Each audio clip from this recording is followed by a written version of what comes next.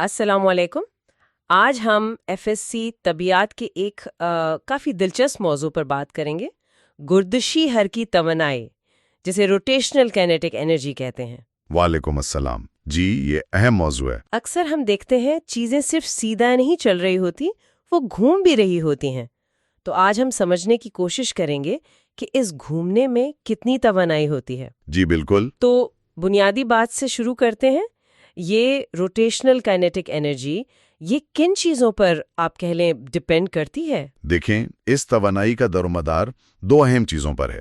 ایک تو جسم کا مومنٹ آف انرشیا، جس سے ہم آئی سے لکھتے ہیں، آئی مومنٹ آف انرشیا۔ جی، اور دوسری چیز ہے اس کی اینگولر ویلوسٹی، یعنی اومیگا، مطلب وہ کتنی تیزی سے گھوم رہا ہے۔ اچھا، تو فارمولا کیا ہوا پھر؟ فارمولا بنتا ہے کے route equals half I omega square. ٹھیک ہے، کے ای route equals half I omega square. یہ مومنٹ آف انرشیا آئی، یہ کیا چیز ہے؟ کیا یہ صرف جسم کی کمیت یعنی میس پر منحصر ہے؟ نہیں، صرف کمیت پر نہیں، یہ اس بات پر منحصر ہے کہ وہ کمیت محور گردش یعنی ایکسس آف روٹیشن کے گرد کیسے تقسیم ہوئی ہے۔ اچھا، کیسے تقسیم ہوئی ہے؟ مطلب یہ کہ کمیت محور سے کتنی دور ہے۔ دیکھیں، اگر کمیت محور کے قریب ہے تو مومنٹ آف انرشیا کم ہوگا۔ اگر کمیت محور سے دور پھیلی ہوئی ہے تو آئے زیادہ ہوگا۔ تو فاصلہ بھی اہم ہے۔ بہت اہم۔ دراصل یہ formula half I omega square, یہ جسم کے اندر جتنے بھی چھوٹے چھوٹے ذرات ہیں نا، ان سب کی انفرادی حرکی توانائی یعنی half M I B I square, ان کو جمع کر کے ہی بنتا ہے۔ اچھا، یہ تو دلچسپ ہے۔ تو یہ تو ہوئی صرف گھومنے والی توانائی، لیکن اگر کوئی چیز لڑھک رہی ہو، جیسے کوئی گیند یا پہیا، وہ تو آگے بھی جا رہا ہوتا ہے۔ بالکل، بہت اچھا سوال ہے۔ جب کوئی چیز لڑھکتی ہے تو اس میں دو طرح کی حرکت ہوتی ہے۔ ایک تو وہ سیدھا آگے بڑھتی ہے، جسے ہم ٹرانسلیشنل موشن کہتے ہیں، جی، اور دوسری وہ اپنے مرکز کے گرد گھومتی بھی ہے، یعنی روٹیشنل موشن۔ تو پھر کل توانائی ٹوٹل از اکول ٹو کے ای ٹرانس جمع کے روٹ، بالکل، یعنی کے total is equal to 1/2 mv square plus 1/2 I omega square. ٹھیک۔ اس کی کوئی عملی مثال دے سکتے ہیں، کوئی روزمرہ زندگی سے؟ جی ہاں، انجن میں لگا فلائی ویل ایک بہترین مثال ہے۔ Flywheel? جی، فلائی ویل یہ ایک بھاری پہیا ہوتا ہے۔ جب انجن چلتا ہے نا تو اس میں پاور آتی ہے وقفے سے۔ فلائی ویل کیا کرتا ہے کہ جب پاور ملتی ہے تو تیزی سے گھوم کر توانائی ذخیرہ کر لیتا ہے، روٹیشنل انرجی کی شکل میں۔ اچھا، پھر جب انجن کو پاور نہیں مل رہی ہوتی تو یہ فلائی ویل اپنی جمع کی ہوئی توانائی استعمال کر کے انجن کو تقریباً ایک ہی رفتار سے گھماتا رہتا ہے۔ اس سے انجن کی رفتار ہموار رہتی ہے۔ واہ، یہ تو بہت کارآمد چیز ہے۔ اچھا، کیا جسم کی شکل بھی فرق ڈالتی ہے؟ جیسے اگر ایک ٹھوس ڈسک ہو اور ایک کھوکھلا چھلا یعنی ہوپ، اگر ان کا ماس اور سائز ایک جیسا ہو؟ جی ہاں، یہ بہت اہم نکتہ ہے۔ شکل بہت فرق ڈالتی ہے، کیونکہ شکل سے مومنٹ آف انرشیا بدل جاتا ہے۔ اچھا، جی، اگر ڈسک اور ہوپ کی کمیت m اور ریڈیس r برابر ہوں اور وہ ایک ہی لکیری رفتار v سے لڑھک رہے ہوں، تب بھی ان کی روٹیشنل کائنیٹک انرجی مختلف ہوگی۔ کیوں؟ وجہ ہے ان کا مختلف مومنٹ آف انرشیا۔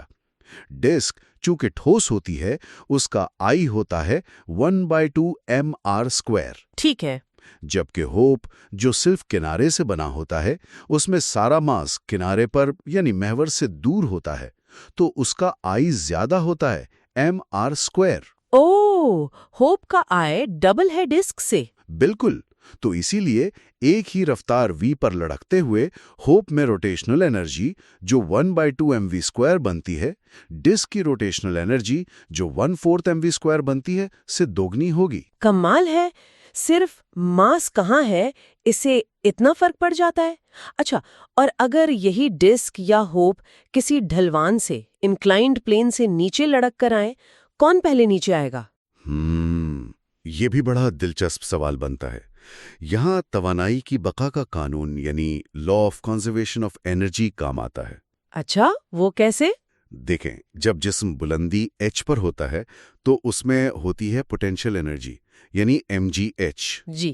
جب وہ نیچے لڑھک کر آتا ہے تو یہ پوٹینشیل انرجی دو حصوں میں بدل جاتی ہے، ٹرانسلیشنل کائنیٹک انرجی 1/2 mv² اور روٹیشنل کائنیٹک انرجی 1/2 I اومیگا²۔ تو mgh is equal to 1/2 mv² plus 1/2 I اومیگا²۔ ٹھیک ہے۔ اب چونکہ ہوپ کا moment of inertia I disk سے زیادہ ہے تو نیچے آتے ہوئے اس کی کل توانائی کا زیادہ حصہ روٹیشنل میں جائے گا اور کم حصہ ٹرانسلیشنل میں۔ مطلب اس کی سیدھی رفتار v کم ہوگی۔ بالکل، اس لیے ہوپ نیچے پہنچنے پر ڈسک کے مقابلے میں کم لینئر رفتار v حاصل کرے گا اور اسے نیچے پہنچنے میں زیادہ وقت لگے گا۔ ڈسک پہلے پہنچے گی۔ واہ! تو یہ سمجھنا واقعی اہم ہے کہ یہ گردشی توانائی صرف کتابی باتیں نہیں، یہ تو پہیوں کے چلنے سے لے کر انجن تک ہر جگہ کام آ رہی ہے۔ جی بالکل۔ اور ایف ایس سی کے طلباء کے لیے امتحان کے حوالے سے کچھ چیزیں خاص طور پر یاد رکھنے والی ہیں اس ٹاپک میں۔ جی، وہ ضرور بتائیں۔